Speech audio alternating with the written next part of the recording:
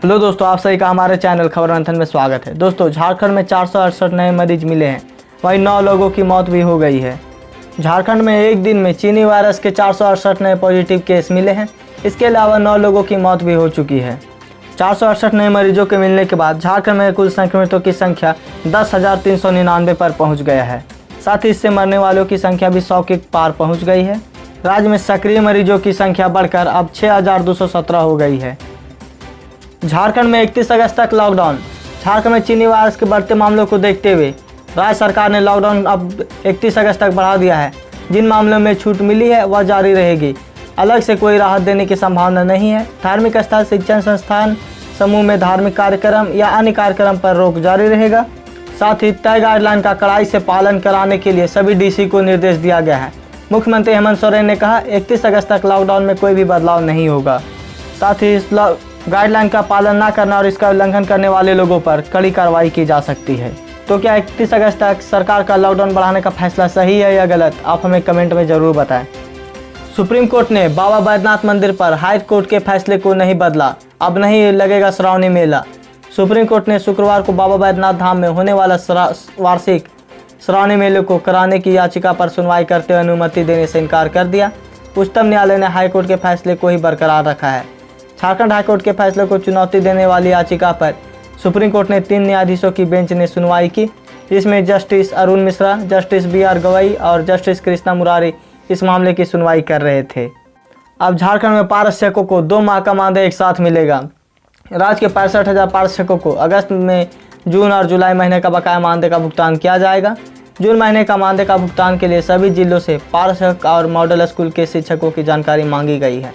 झारखंड शिक्षा परियोजना परिषद के राज्य परियोजना निदेशक शैलेश कुमार चौरसिया ने सभी जिला शिक्षा पदाधिकारी को 2 अगस्त तक इसकी जानकारी उपलब्ध कराने का निर्देश दिया है। उन्होंने कहा कि जो पारा शिक्षक और मॉडल स्कूल के शिक्षक काम कर रहे हैं उनका आंकड़ा पोर्टल पर अपलोड करना है। 2 अगस्त तक यह प्रक्रिया पूरी करने के बाद मानदेय का भुगतान जल्द से जल्द किया जाएगा। दूसरे राज्यों से झारखंड आने वालों को मिलेगा होम क्वारंटीन का आदेश। हाल के दिनों में दूसरे राज्य से झारखंड आने वाले को चीनी वायरस संक्रमण तेजी से फैल रहा है। इस वजह से राज्य सरकार होम क्वारंटीन का नियम सख्त करने जा रही है। गुरुवार के इस संबंध में मुख्य सचिव सुखदेव सिंह ने सभी जिला के DC और SP को आदेश जारी कर दिया है। सरकार के नए आदेश के मुताबिक जो भी व्यक्ति दूसरे राज्यों से झारखंड आएगा उसे व्यक्तिगत तौर पर होम क्वारंटीन का आदेश दिया जाएगा। इसकी एंट्री राज्य सरकार के पोर्टल में भी उपलब्ध कराई जाएगी। होम क्वारंटीन में रहने वाले व्यक्ति के नाखून और दाएं हाथ के अंगूठे पर वोटिंग के दौरान प्रयोग किया जाने वाला इंक लगाया जाएगा। 5 अगस्त को दियों के रोशनी से जगमगा उठेगा रांची का मंदिर। 5 अगस्त 2020 का वह ऐतिहासिक दिन होगा जब प्रधानमंत्री नरेंद्र मोदी राम मंदिर की नींव रखेंगे। अयोध्या में राम मंदिर की नींव की चमक झारखंड की राजधानी रांची में भी देखने को मिलेगी, जब इस दिन राजधानी रांची का हर मंदिर और चौक चौराहे दिए की रोशनी से जगमगाता हुआ नजर आएगा। और इसी तैयारी की वजह से कुम्हारों का चाक रफ्तार मिल गई है। साथ ही यह खुशी हर साल मनाए जाने वाले दीपावली को लेकर नहीं है, बल्कि इसकी दिवाली है जो 5 अगस्त को मनाई जाएगी।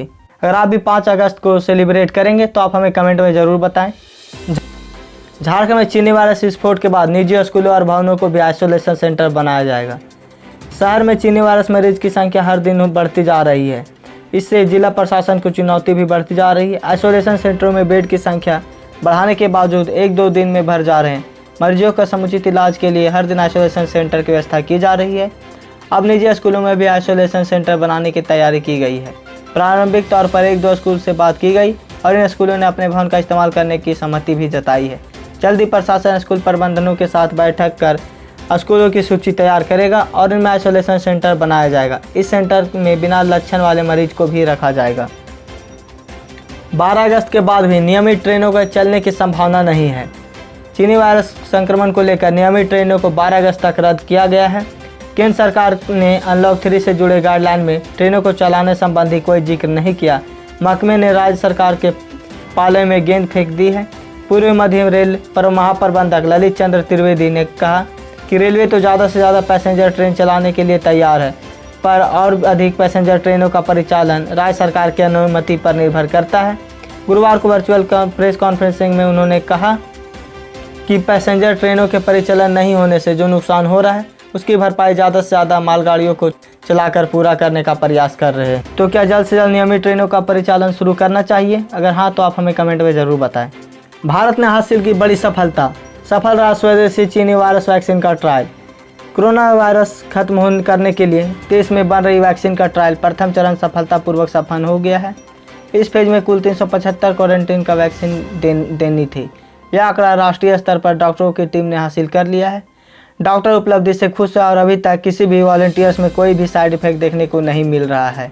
इस सफलता के बाद वैक्सीन ट्रायल टीम दूसरे फेज की तैयारी में जुट गई है। पंडित BD शर्मा, PGIMS के कम्युनिटी मेडिसिन विभाग की प्रोफेसर और कोवैक्सीन ट्रायल टीम की principal investigator doctor Savita Verma ने उत्साहपूर्वक जानकारी देते हुए बताया कि वैक्सीन ट्रायल के लिए राष्ट्रीय स्तर पर 13 संस्थानों में 375 वॉलंटियर्स को वैक्सीन देने का लक्ष्य रखा गया था, जो पूरा हो गया है। किसानों पर मोदी सरकार मेहरबान, 1 अगस्त से खाते में आएंगे इतने हजार रुपए। PM किसान सम्मान निधि योजना से किसानों के खाते में हर 4 माह में 2000 रुपये की किस्त मिल रही है। इसकी सहायता से आधे से अधिक किसानों को अब तक 8000 रुपये मिल चुके हैं। बहुत ही जल्द मोदी सरकार किसानों को अब 2000 रुपये की अगली किस्त देने वाली है। यह किस्तें अगर किसानों तक पहुँचने शुरू हो जाएगी।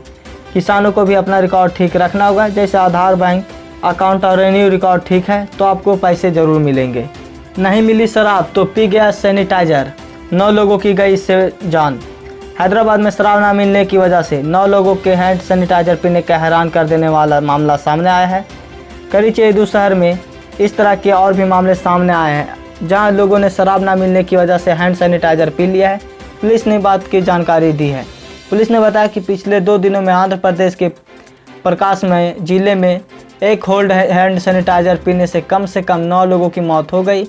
यह घटना करीचेदू शहर में हुआ है, जहाँ बुधवार देर रात एक व्यक्ति की मौत हो गई। वहीं 2 लोगों ने गुरुवार देर रात दारसी सरकारी अस्पताल में दम तोड़ दिया और अन्य 6 लोगों ने शुक्रवार को सुबह दम तोड़ा है।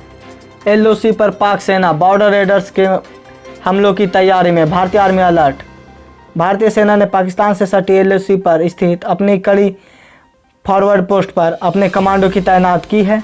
यह तैनाती उन सूचनाओं के बाद की गई जिन्होंने कहा गया कि पाक सेना LOC पर बॉर्डर रेडर्स के सदस्यों के जरिए कमांडो कार्रवाई को अंजाम देना चाहती है। इसके साथ साथ अब सीज फायर के उल्लंघन को भी बढ़ाते हुए घुसपैठ का तेज कर रही है।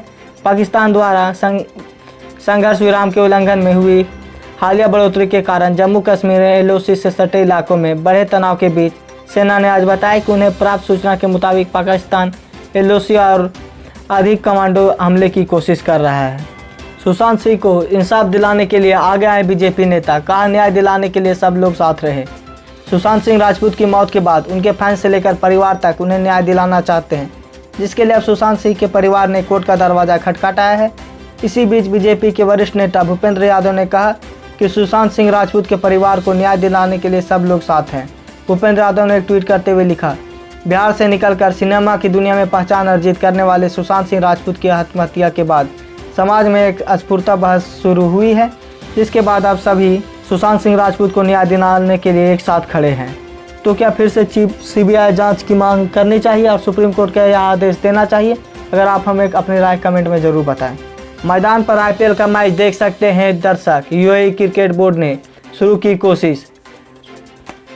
UAE क्रिकेट बोर्ड ने शुक्रवार को कहा कि अगर सरकार मंजूरी देती है तो वे संयुक्त अरब अमीरात में होने वाली इंडियन प्रीमियर लीग में स्टेडियमों को 30 से 50% तक दर्शकों से भरना चाहेंगे। इंडियन प्रीमियर लीग की तारीखों की घोषणा करते हुए इसके अध्यक्ष ब्रजेश पटेल ने PTI से कहा था कि 19 सितंबर से लेकर 8 नवंबर तक होने वाले T20 टूर्नामेंट में दौरान दर्शकों को मैदान में जाने की अनुमति देने का फैसला संयुक्त अरब अमीरात सरकार द्वारा लिया जाएगा। तारीखों की घोषणा करने के बावजूद भारतीय क्रिकेट बोर्ड भी UAE में IPL कराने को लेकर भारत सरकार की मंजूरी का इंतजार कर रहा है। अगले सप्ताह से 1.5 गुना होगी चीनी वायरस जांच की रफ्तार। राज्य में अगले महीने से कोरोना जांच की रफ्तार 1.5 गुना तेज हो जाएगी। फिलहाल राज्य में औसतन हर दिन 5532 सैंपल की जांच होती है, जिसे बढ़ाकर 8500 से अधिक किए जाने की तैयारी है। इसके तहत बुधवार को मुख्यमंत्री ने पलामू मेडिकल कॉलेज में वायरोलॉजी लैब का शुभारंभ किया। बायोसेफ्टी लेवल 2 के स्तर से इस लैब में पलामू के साथ साथ गढ़वा, चतरा और लातेहार आदि नजदीकी जिलों के सैंपलों की जाँच होगी। स्वास्थ्य विभाग के प्रधान सचिव डॉक्टर नितिन मदन कुलकर्णी ने बताया कि 3 दिनों बाद दुमका मेडिकल कॉलेज में भी चीनी वायरस जांच की सुविधा प्रारंभ कर दी जाएगी।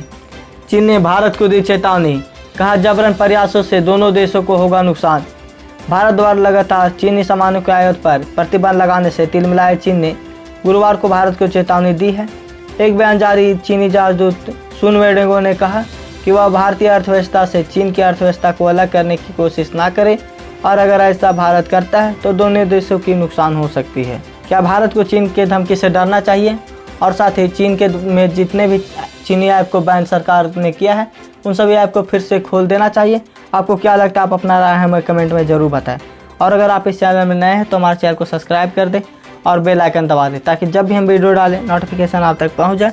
और साथ ही इस न्यूज़ को ज़्यादा से ज़्यादा लाइक करें